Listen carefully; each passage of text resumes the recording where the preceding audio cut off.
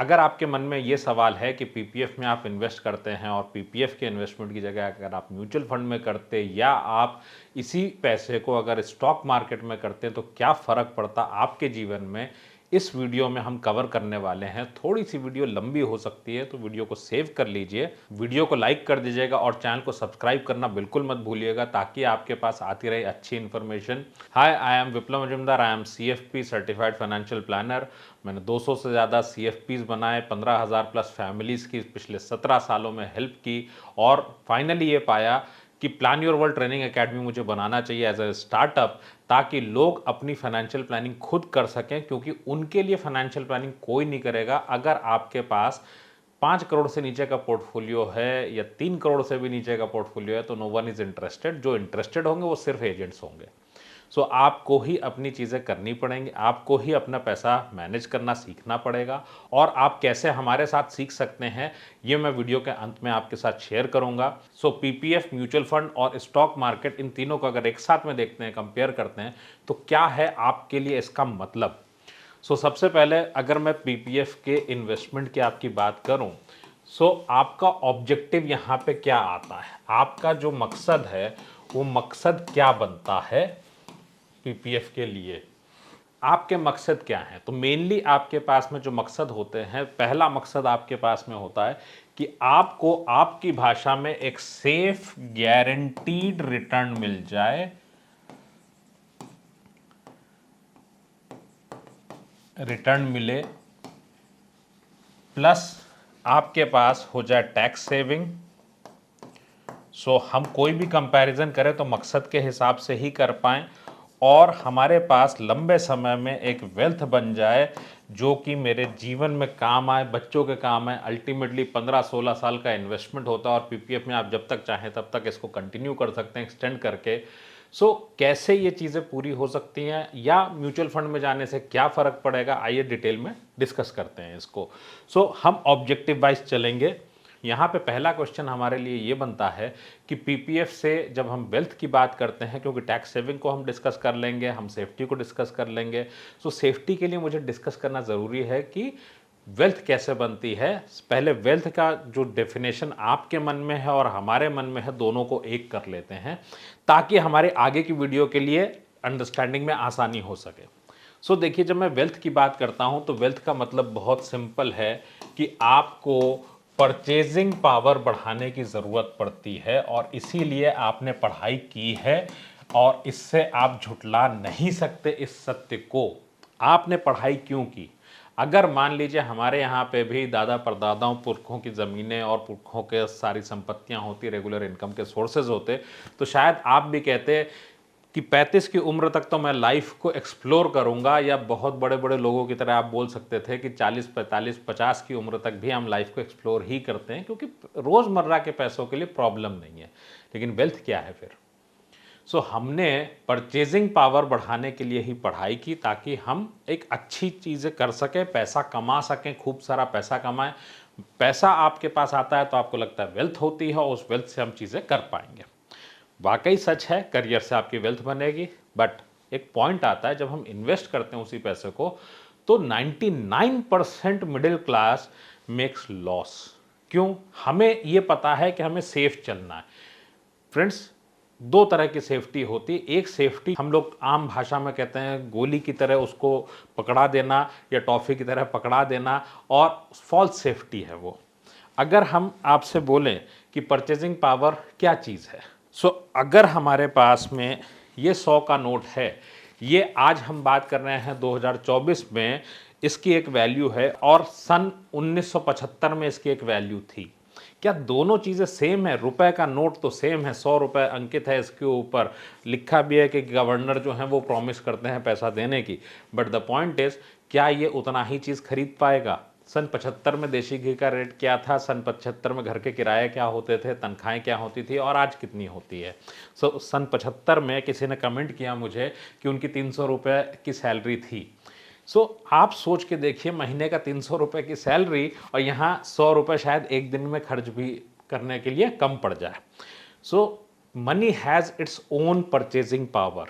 जब आप पैसा कमाते हो उस पैसे को आपको बढ़ाना होता है, तो रियल सेंस में you need to increase purchasing power. Sharabi movie में देखा कि 25,000 रुपये में मुखरी साहब कहते हैं कि बेटी की शादी हो जाएगी, और क्या ऐसा संभव है कि 25,000 रुपये आपके पास में हो और आप एक महीने का खर्च ना चला पाएँ? सो दोनों अमाउंट बराबर तो नहीं है अपने आप में। सिमिलरली जब आप इन्वेस्ट करते हो तो इन्वेस्ट करते वक्त याद रखिए, वेल्थ का मतलब यह है कि मनी नहीं, परचेजिंग पावर टर्म्स में मेरे पैसे बढ़ें। मैं इसका एग्जांपल देता हूं, हम चलते हैं अपनी पीपीटी पे।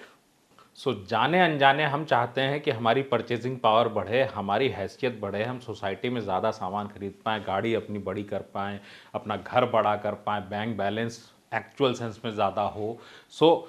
कैसे चलता है हमारे मन के अंदर के भाव? हमारे पास में 5 लाख रुपए है, आप क्यों इन्वेस्ट करना चाहोगे? आपके मन में ये बात आ सकती है कि अगर मान लीजिए उस वक्त हमको 3 सेब मिलते हैं, तो आपके मन में एक भाव आएगा, वाकई में मैं इन्वेस्ट करूंगा उससे ढेर सारा पैसा आएगा। पैसा तो आएगा, लेकिन क्या होने वाला है एक्चुअल में? हम क्या चाहते हैं? We want to buy more apples, हमको ज़्यादा सेब मिले, हम 3 सेब के पैसे डालें और ज़्यादा मिल जाए। आप इसको मान के चलिए कि ये बच्चे की फ़ीस है, आपने बच्चे की हायर एजुकेशन की फ़ीस के लिए इस पैसे को रखा, और आपने यहाँ पे, आपके मन में ये भी एक सवाल आ रहा होगा, पीपीएफ में हम इसको क्यों पढ़ रहे हैं? क्योंकि वेल्थ बनानी है, तो पीपीएफ से वेल्थ कैसे बनती है हम उसको भी देखेंगे। To make more apples, right? Fees बढ़ जाए, पीपीएफ से पैसा बढ़ के मिलेगा तो बच्चों की फीस दे पाऊंगा। तो आइए देखते हैं इसको। अब money is medium to buy, so मैं पैसे से खरीद ही पाऊंगा कुछ ना कुछ। तो क्या होगा, मेरी उम्मीद होती है कि इतने सारी चीज़ें हमको मिल जाएंगी। भाई इन्वेस्ट करते वक्त तो मन में यही आता है ना। आपसे अगर मैं बोलूं कि आप 1 लाख रुपए जमा करिए, आपको 7 लाख रुपए मिलेंगे 30 साल के बाद, आप खुश हो जाते हो, 7 लाख मिलेंगे। भाई साहब दोनों बराबर हैं। जैसे हमने 25,000 की बात करी, वैसे ही सिमिलरली इस बात को ध्यान में रखिए कि मन में आता है कुछ नहीं, इतना तो इतना मिल जाए। सच्चाई क्या है? सच्चाई ये है कि मैक्सिमम लोग जितना इन्वेस्ट करते हैं रियल सेंस में इससे कम पैसा बनाते हैं पूरी ज़िंदगी निवेश करने के बाद भी। क्या होता है इसको देख लीजिए। यहाँ एक एग्जाम्पल है कि किसी ने 5 लाख रुपए इन्वेस्ट करने हैं, फ्री की एडवाइस ली, क्योंकि हमें सामने से फ्री एडवाइस मिल जाए तो हमें लगता है बहुत अच्छा है, फ्री चाहिए सब कुछ। कोई आता है अपना बोलेगा कि बहुत अच्छा इंश्योरेंस प्लान है, बहुत अच्छा इन्वेस्टमेंट प्लान है। देखिए, जब भी कोई चीज़ आपको बेची जाएगी इसका मतलब ये है कि उसमें वैल्यू नहीं है, सीधी बात ध्यान रखिएगा। देन ये इन्वेस्टमेंट आपको बताया गया 15 साल का है, 12 लाख रुपए मिलेंगे। हाउ डू वी नो कि 12 लाख रुपए में मेरा वेल्थ बनेगा? आपने 15 साल का इन्वेस्टमेंट किया 5 लाख रुपए और 12 लाख रुपए आपको मिलते हैं। क्या आपको पता है 12 लाख रुपए में वेल्थ बन रहा है या नुकसान हो रहा है? हमारे पास कोई पैरामीटर ही नहीं है। इसीलिए हम प्लान योर रोल प्लेटफॉर्म पे जो ट्रेनिंग्स में आते हैं उनको वो कैलकुलेटर्स भी देते हैं, मैं आपको दिखाऊंगा अभी। ये 3 सेब हमारे पास हैं, 12 लाख रुपए में 2.5 मिलेंगे। जीवन में आपके पास रूल क्या था? 15 साल तक इन्वेस्ट करूंगा, वेल्थ बनाऊंगा। 15 साल में क्या वेल्थ बनी? अब हम चलते हैं, इसी चीज़ को हम पीपीएफ के कैलकुलेटर पे इसको चेक करते हैं। फिर हम चेक करेंगे कि म्यूचुअल फंड के साथ इसी चीज़ को करेंगे तो क्या फ़र्क आएगा, और स्टॉक मार्केट। पीपीएफ में आप इन्वेस्ट करते हैं 1.5 लाख रुपया साल का। आपने फ्रीक्वेंसी ले ली ईयरली, ईयरली आप इसमें इन्वेस्ट कर लीजिए। 1.5 लाख रुपए हमने जमा कर दिए, 15 साल का पीपीएफ है। Then annual rate of return 7.1 है। देन इन्फ्लेशन भी लेना पड़ेगा, बिकॉज वेल्थ देखना है कि वेल्थ कितनी बनी, तो हमें लिए इन्फ्लेशन ज़रूरी है। देन इनकम टैक्स रेट यहाँ पे 0 हो जाता है, बिकॉज इनकम टैक्स नहीं है यहाँ पे। हमने यहाँ पे 1.5 लाख रुपए ले लिए ईयरली मोड पे। देन हमारे पास 15 साल हैं टोटल में, हमने रेट ऑफ इंटरेस्ट ले लिया 7.1 का, और उसके बाद हमारा इनकम टैक्स फ्री है। यहाँ पे अमाउंट डिपॉजिटेड अगर देखें, टोटल अकाउंट से आपने दिया 22,50,000 रुपये, और आपकी जो वैल्यू हो जाती है महंगाई के साथ वो हो जाती है 40,33,000 रुपये। अगर आप यहाँ पे पोस्ट टैक्स मैच्योरिटी लेते हैं तो ये होती है 40,68,000 रुपये। वेल्थ क्रिएशन है 0.87%। 15 साल में भी 1% भी ग्रेन नहीं आया। आप जीवन में वेल्थ कैसे बनाओगे? आपके पास 30 साल हैं टोटल करियर में। आप अगर करियर शुरुआत कर रहे हैं तो 30 साल हैं। अगर आप 40 साल 50 साल के, तो जितने साल आपके पास बचे हैं 20 या 10 साल, उसमें जो वेल्थ आप बनाएंगे, सेविंग जो होगी उसी को इन्वेस्ट करके तो बनेगा। अब सेविंग हमने यहाँ फंसा दिया, ब्लॉक कर दिया सेविंग। अब ये 15 सालों का नुकसान है, जीवन बर्बाद। कितने लोगों को ये सेफ्टी दिख रही है, कितने लोगों को रिस्क दिख रहा है, ये डिसीजन मैं आप पे ही छोड़ता हूं। अब आप अगर इसको देखिए कि मान लीजिए हमने बच्चे के लिए इसको किया और बच्चे की फीस के साथ किया, तो इसका मतलब क्या है, कॉलेज की एजुकेशन की अगर मैं बात करूं तो उसमें लगभग आप ये मान के चलिए कि 9% के आसपास का इन्फ्लेशन उसमें लग जाता है जब कॉलेज की फ़ीस की बात करते हैं। अगर मैं 9% लेता हूं फ्रेंड्स, सो 9% के ऊपर कॉलेज की फ़ीस का मैंने इन्फ्लेशन 9% लिया, इसका मतलब पूरी ज़िंदगी इन्वेस्ट करने के बाद भी मुझे जेब से पैसे निकालने पड़ेंगे। और आप अपने ऊपर लोड ज़्यादा लेते हो, आपको पता है आपकी जॉब कैसी है, अगले 10-15 सालों में जॉब रहेगी नहीं रहेगी, आप जानते हैं ज़्यादा बेहतर। अब समस्या ये है कि ये तो नुकसान है, तो आपकी सोच में अगर यहाँ पे कोई चेंज आ रहा है, you should learn. Now there is a difference. अब हम चलते हैं म्यूचुअल फंड के ऊपर। सो म्यूचुअल फंड की अगर मैं बात करूं तो हम 2 केस देखेंगे। एक केस हम देखेंगे, पहले मैं इस 9% को वापस से 7 कर देता हूं। एक केस हम देखेंगे 12% के साथ, जहां पे हम बात कर रहे हैं किसी भी लार्ज कैप की या इंडेक्स फंड की। 12% मैंने लिया विद एडवाइज़र। अगर आप म्यूचुअल फंड के एडवाइज़र के साथ निवेश कर रहे हैं तो फिर आपको कितना मिल रहा है। यहाँ पे याद रखिएगा हमारे पास 40,68,000 रुपये हैं। देन हमारे पास में हमने ले लिया यहाँ पे 12% का। 12% का मैंने रिटर्न लिया है, तो हमारी वैल्यू बढ़ करके होती है 62,62,000। कुछ हमको बढ़ करके आया। आपके मन में एक बात आएगी, रिस्क। हमने वेल्थ की बात करी, रिस्क की भी बात करी। रिस्क की बात हम वापस अपने बोर्ड पे कर लेंगे। देन अब यहाँ एक फ़र्क हम लोग देख लें कि आपके पास म्यूचुअल फंड में इन्वेस्ट करने के 2 ऑप्शन हैं। एक, आप एजेंट के साथ कर लीजिए इन्वेस्टमेंट, एजेंट के साथ आपने कर लिया। दूसरा, आप खुद पढ़ाई कर लीजिए और पढ़ाई करके आप डायरेक्ट प्लान्स में मैनेज करिए, कमीशन बचेगा। कितना कमीशन बचता है? 1 से 1.25%। मेरा पॉइंट बहुत सिंपल सा होता है कि आप देखिए डिफरेंस क्या है। मैं यहाँ पे 12 की जगह कर दे रहा हूँ 13.25% का रिटर्न, अगर आप अपने आप करते हैं तो। अब ये 62 लाख की जगह हो जाता है 70 लाख रुपए, 8 लाख रुपए। 299 रुपए से 8 लाख का कंपैरिजन है कोई? अपने आप पढ़ना ज़्यादा बेहतर है, इस बात को ध्यान रखिए। आपने सीबीएसई किया होगा, high school 10th class pass की होगी। अगर आपसे कॉलेज वाले बोलें कि आप पूरी ज़िंदगी जो अर्निंग कर रहे हैं उस पर से एक हिस्सा देते जाइए, कैसा फील होगा? नाम पूछने के इतने पैसे देने पड़ते हैं, याद रख लीजिए। अमाउंट बढ़ा दूंगा तो ये गैप बहुत बड़ा हो जाता है। तो जितने की भी आप SIPs करते हैं, आप खुद पैसा मैनेज कर सकते हैं और आपको ही करना चाहिए। ये 8 लाख है, अगर आप ठीक अमाउंट इन्वेस्ट करते हैं, लंबे समय तक करते हैं, तो ये फिगर 30-40 लाख रुपए होती है आपकी टोटल वेल्थ के ऊपर। वेल्थ में जब हम बात करते हैं तो यहाँ पे रिस्क भी है। आइए हम चलते हैं अपने बोर्ड के ऊपर। हमारे पास है 3 रिजल्ट्स। आप अगर PPF में निवेश करते हो तो PPF में आपके पास पैसे बनते हैं लगभग 40 लाख रुपए। एजेंट के साथ या बैंक के साथ आप म्यूचुअल फंड में इन्वेस्ट करते हैं तो आपको मिलते हैं लगभग 62 लाख रुपए। यहाँ पे अगर आप अपने आप करते हैं, इसको सेल्फ करते हैं और डायरेक्ट प्लान में करते हैं रेगुलर की जगह, इसके ऊपर मैंने अलग से वीडियो बनाई हुई है। ये हो जाते हैं 70 लाख रुपए 15 साल में। अब ये तीनों स्थितियां आपके सामने अलग अलग हैं। महंगाई के साथ आपने कितना जमा कराया है? लगभग आपने महंगाई के साथ भी यही अमाउंट जमा कराया है, महंगाई के साथ भी, इसको ध्यान रखिए। अब सवाल आता है रिस्क का और टैक्स का। सबसे पहले हम बात कर देते हैं टैक्स सेविंग की। टैक्स सेविंग के लिए आप क्या कर सकते हैं? दोनों ही ऑप्शन में आप ELSS ले सकते हैं। इसको कहा जाता है इक्विटी लिंक्ड सेविंग्स स्कीम, जिसमें 3 साल के लिए आपका पैसा ब्लॉक होता है। 3 साल के लिए आप रखते हैं तो आपका पैसा ऑटोमेटिकली वहां पे टैक्स सेविंग भी हो जाती है और वेल्थ क्रिएशन भी हो जाता है। अब बात आती है रिस्क की, क्योंकि PPF में रिस्क की आपने बात कही। तो रिस्क की जब मैं बात करता हूं तो 2 तरह के रिस्क हैं। एक रिस्क अपने आप में क्या हो जाता है, जो PPF पे लगता है।